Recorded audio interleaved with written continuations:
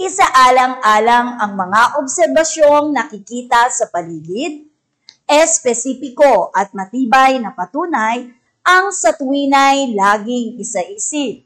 Opinyong naririnig, hanapan ng lunas tungo sa pagsisimula ng bagong pananaliksik. Isang makabuluhan at puno ng kaalamang araw sa inyong lahat. Ika-4 na markahan, Aralin 3, sa signaturang pagbasa at pagsusuri ng iba't ibang teksto tungo sa pananaliksik. Siksikin ang buslo ng kaalaman, ihanda ang isipan, pagkat ang mahal na guro ay handang magturo ng higit pa sa gustong malaman. Tiyaking ang sandatang module, panulat at malinis na papel ay nasa inyong tabi. Pagtuklas at pagkatuto ng bagong kaalaman ay malapit nang simulan. Paalala, huwag kalimutang ikomento sa comment box ang iyong pangalan, pangkat na kinabibilangan at ang paaralan. Upang ikaw ay matulungan na matamo ang mga kasanayang inaasahan sa kursong pagbasa at pagsusuri ng iba't ibang teksto tungo sa pananaliksik, narito ang pinakamahalagang kasanayang pampagkatuto na dapat matamo sa araw na ito. Ang kasanayang ito ay nabibigyang kahulugan ang konseptong kaugnay ng pananaliksik. Halimbawa, balangkas konseptual, balangkas teoretikal, datos empirikal, at iba pa. Ngayong batid na natin ang mga araling dapat nating mabigyang diin, mangyaring habang lumalalim ang ating talakayan, maaari kayong mag-umpisang bumuo ng tanong na nais mabigyan ng kasagutan. Paunang isend upang sa huling bahagi ng virtual na talakayan ay pipili kami ng 2 tanong na aking sisikaping sagutin.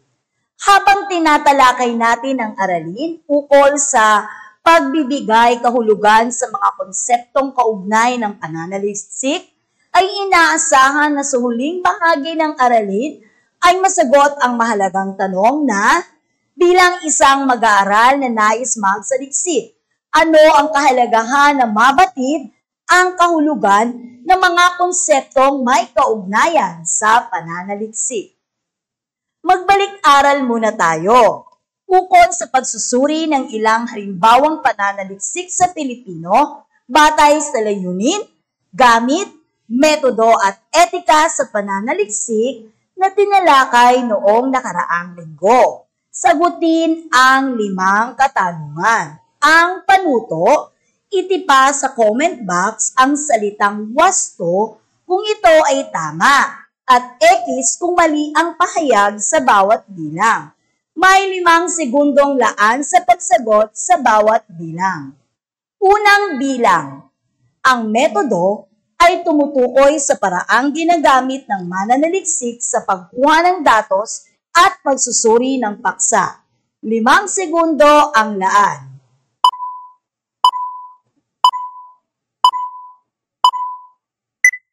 Ang tamang sagot ay wasto. Pangalawa, ang layunin ng pananaliksik ay pagpapahayag ng kabuuang layon o nais matamo ng mananaliksik sa kanyang pag-aaral. Ang 5 segundo ay nagsisimula na.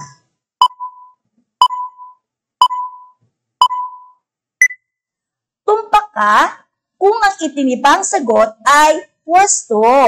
Pangatlo, ang mananaliksik ay hindi dapat maging tapat sa lahat ng impormasyong ilalagay niya sa kanyang pananaliksik. Ang 5 segundo ay nagsisimula na.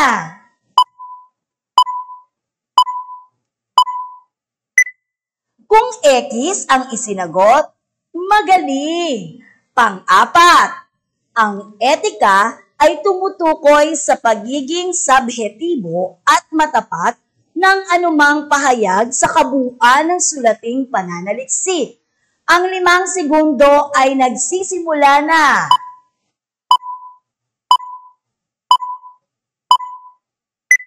Mahusay kung wasto ang naging sagot.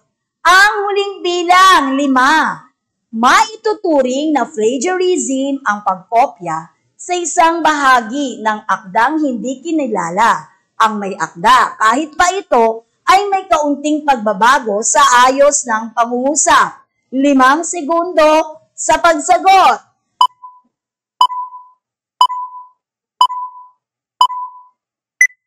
Ang tamang sagot ay wasto, pagbati sa kasiglahang ipinamalas. Dumako naman tayo sa panibagong gawaing gagabay sa ating pagkatuto para sa araw na ito. Napakadali lamang ng gagawin. Subukin naman nating ayusin ang mga ginulong letra. Basahin at unawain ang pahayag na maaaring makatulong sa pagbuo ng salitang ating hanap. May 5 segundo ang laang oras sa pagsagot sa bawat bilang. Gaya kanina, muling itipa ang pinal na sagot sa comment box. Handa na ba kayo? Para sa unang bilang, subcontual, naglalaman ng konsepto ng mananaliksik. 5 segundo sa pagsagot.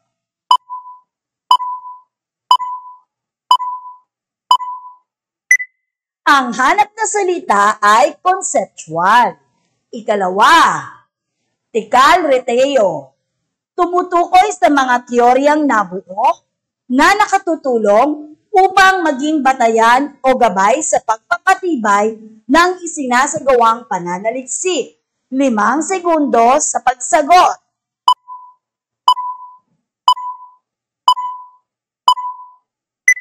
Ang wastong salitang dapat mabuo ay theoretical.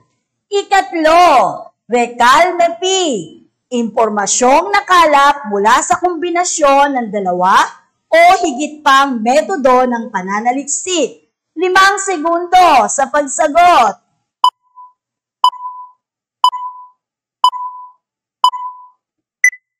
Ang wastong salitang mabubuo ay empirical, conceptual, theoretical, at empirical.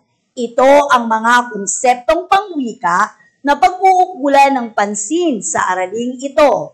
Mahalagang konseptong kaugnay ng pananaliksik. Tandaan na ang pananaliksik ay isang kapaki-pakinabang na akademikong gawain. Ito ay nakapagpapalawak at nakapagpapalalim ng ating kaalaman. Asahang sa bawat disiplina o larangan ng mga ay mayroong mga jargon o teknikal na katangian na kinakailangan ng paglilinaw o pagpapaliwanag. Sa pananaliksik, isang mahalagang gawain ang pagbibigay kahulugan o definisyon ng salita. Ang pagbibigay kahulugan ay isang eksposisyon na tumatalakay o naglalahad ng definisyon o kahulugan sa isang salita. Ito rin ay paglilinaw sa kahulugan ng isang salita upang tiyak na maunawaan. Bilang mananaliksik, mahalaga ang maingat na paglalatag ng mga impormasyon sa mga konseptong kaugnay ng pananaliksik. Pakinggan at iisa-isahin ko ang ilan sa konseptong kaugnay ng pananaliksik. Una, ang balangkas konseptual. Ito ay naglalaman ng konsepto ng mananaliksik tungkol sa isinasagawang pag-aaral. Ito ang pangunahing tema at panuntunan ng pagsisiyasat. Ito ay nagpapakita sa isang presentasyon ng paradigma ng pag-aaral na kailangang mailahad ng maayos na binubuo ng 3 bahagi. Ang pagbabatayan, input, pamamaraan, process, at kalalabasan, output. Ang halimbawang batayang konseptual na natunghayan ay mababasa sa inyong module.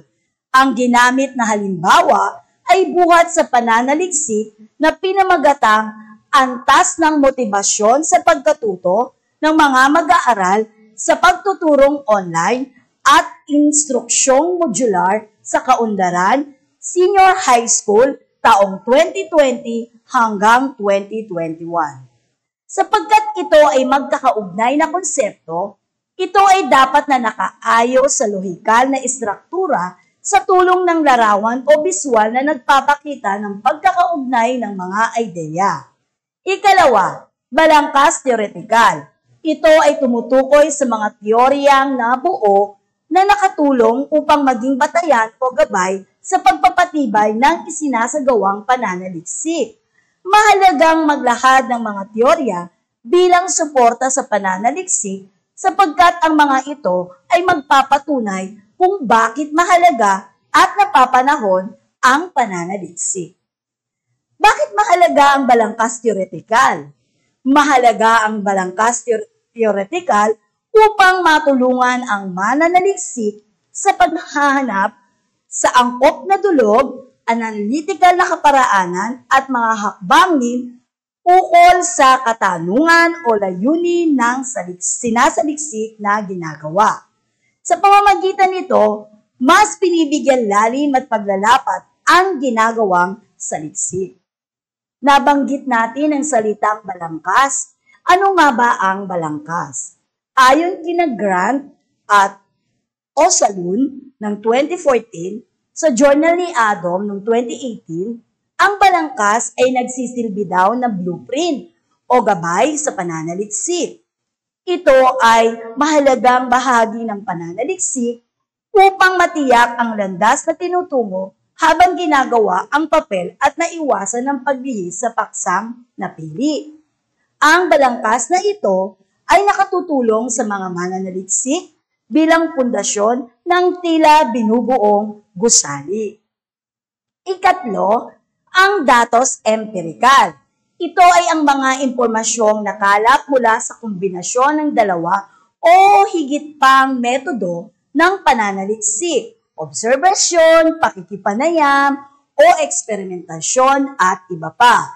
Ito ay dumaan sa pagsusuri at maaaring mapatunayang totoo o hindi, makabuluhan o hindi. May tatlong uri ng datos empirikal.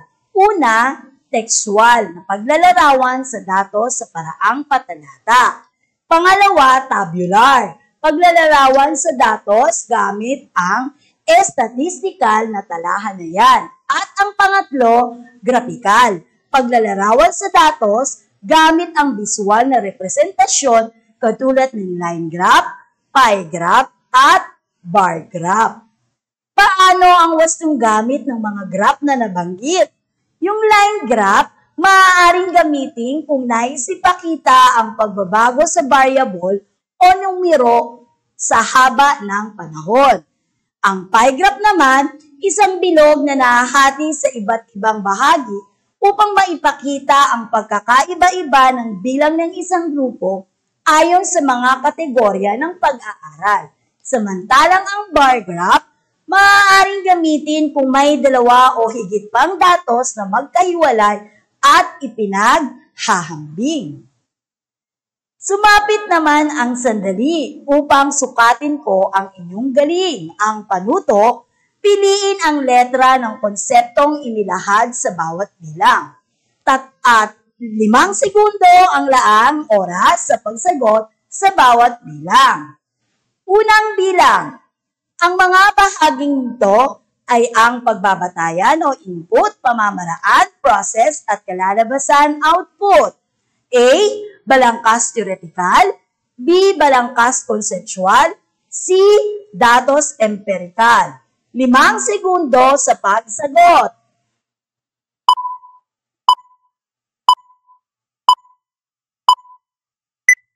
Wastong sagot ay letrang B. Pangalawa, ito ay kapaki-pakinabang na akademikong gawain na nakapagpapalawak at nakapagpapalalim ng ating kaalaman. A. Impormasyon. B. Hypothesis. C. Pananaliksik. 5 segundo ay simula na ngayon.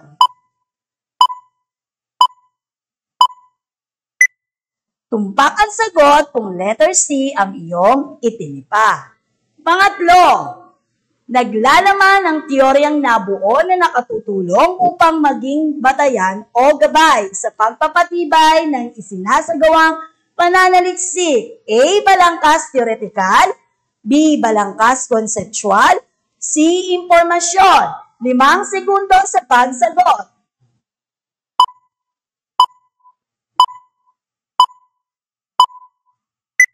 Talagang magaling kung letrang A ang sagot. Ika-4, tumutukoy sa impormasyong nakalap mula sa kombinasyon ng dalawa o higit pang metodo ng pananaliksik. A. Balangkas theoretical ba? B. Balangkas conceptual. C. Datos empirical. 5 segundo sa pagsagot.